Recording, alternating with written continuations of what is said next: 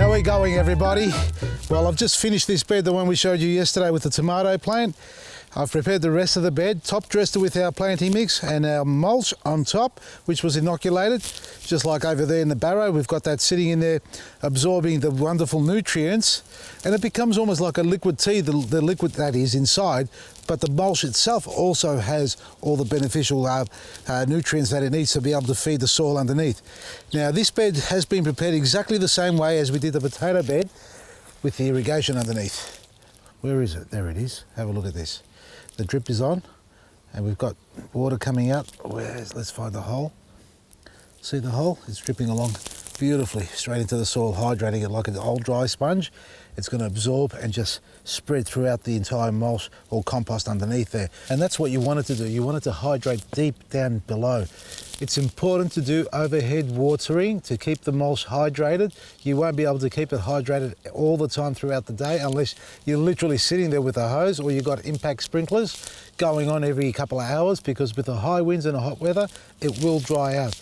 But it's important that you've got mulch, even if it dries out, to keep the soil underneath moist. Without the moisture, the soil heats up, it dies, the bacteria dies, the good microbes die, and then all of a sudden you have plants that are struggling and it becomes hydrophobic. As you saw earlier, in the earlier episode we did, how dry it was underneath. Now, this has only been on for the last half an hour since I finished completing it, but let's go and check out the potato bed that we hydrated overnight 2 days ago, and I haven't watered since to see how wet it is. Now, let me clarify something. I haven't watered this bed with the overhead spray for the last 2 days.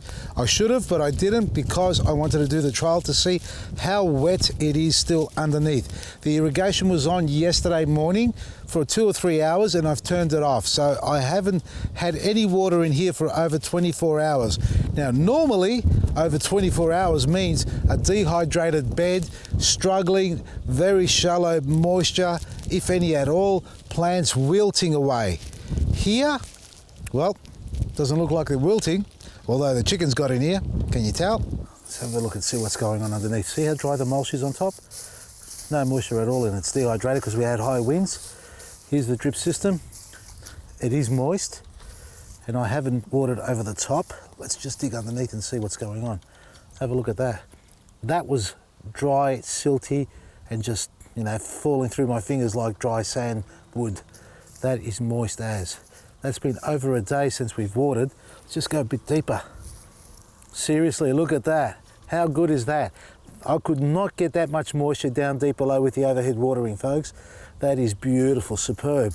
And all that's going to happen now over time is the good microbes on top there that start to decompose with the mulch, they're going to go work their way down there. The earthworms are going to come back up, and we're going to have a big party going on in there in the soil, and these plants are going to love it.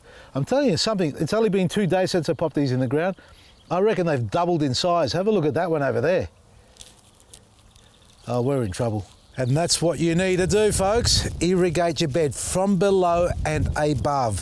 From above, you'll never ever, unless you sit there for hours on end, hydrate the bed. And I've shown you in the past, holding the watering wand there for at least 9 litres, then digging down below and finding that it's gone absolutely nowhere. Especially not down, well, it's gone absolutely somewhere, but not down below where you need it. Otherwise, you've got a very shallow bed, very shallow root system. They don't establish good deep root systems, and that's what you want. So underground and above ground. And that's what I'm going to do right now, just to hydrate the mulch a little bit. The best part about this is you don't have to sit here for hours, unless you love doing it that way. I'm just hydrating the mulch, not the soil below, just the mulch, because the moisture from underneath will rise and the moisture from above will go down. So we've got a perfect balance of moisture going on here, folks. Just a light sprinkle and you don't have to spend hours. So it gives you more time to prepare more beds and plant more veggies and flowers. So get out there, irrigate your garden from below and above, and you've got the best of both worlds going on. And if you're looking for quality compost, we've got that for you, and our planting mix. It's available on our website, vasilisgarden.com. Our Black Friday sale is going to run out. There's only a couple of days left, 2 or 3 days left, I'm not sure exactly, but take advantage of the specials, up to 60% off everything online. Click and collect available. Just use the coupon code word Friday. That's at vasilisgarden.com. From me, Vasili, Mareshi.